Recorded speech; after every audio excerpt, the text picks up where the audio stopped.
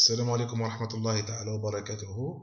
نستمر في تقديم سلسلة الدروس عن بعد لطلبة سنة ثالثة إنتاج محروقات تخصص أكاديمي.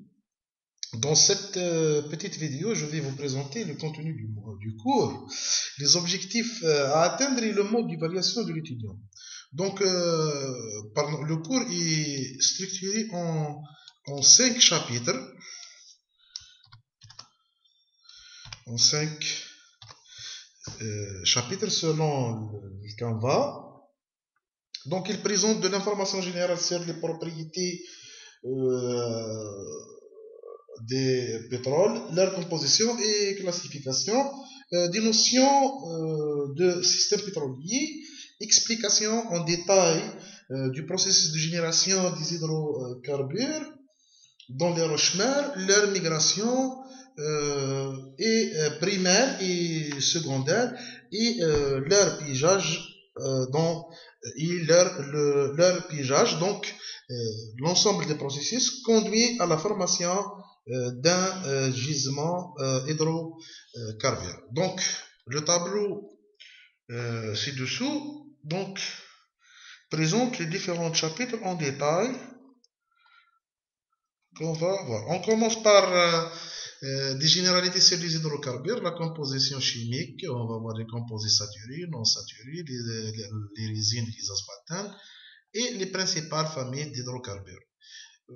Le deuxième chapitre, la matière organique sédimentaire, accumulation et préservation. Donc on va voir les grandes roches mères. Le premier type, les roches shale du Silérien, les roches mères de type 2 du Jurassique, roches mères type 2 marine du Jurassique et les black shale du Crétacé moyen, Cénomanien, Turonien. Le troisième chapitre, ça concerne la matération thermique de la matière organique. On va voir qu'est-ce qu'un gradient de température et de pression dans les bassins sédimentaires, le flux géothermique, le gradient géothermique, la pression, l'enfouissement de la matière organique, la matération du kérogène et la formation des hydrocarbures. Le quatrième chapitre, pigeage des hydrocarbures.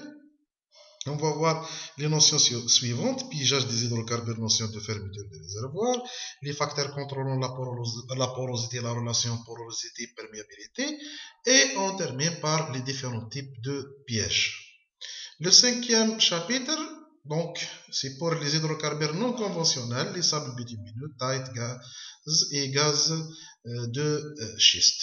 Donc, je termine cette petite vidéo par le mode d'évaluation de l'étudiant. Donc, la note de l'étudiant est obtenue par la méthode suivante. On a le contrôle continu, c'est-à-dire avant l'examen, nous avons une note TD, comme ça, qui rentre de 40% dans la note finale de l'étudiant.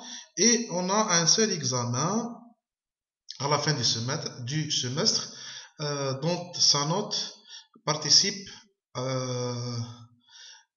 avec 60% de la note de l'étudiant. Et merci pour votre attention.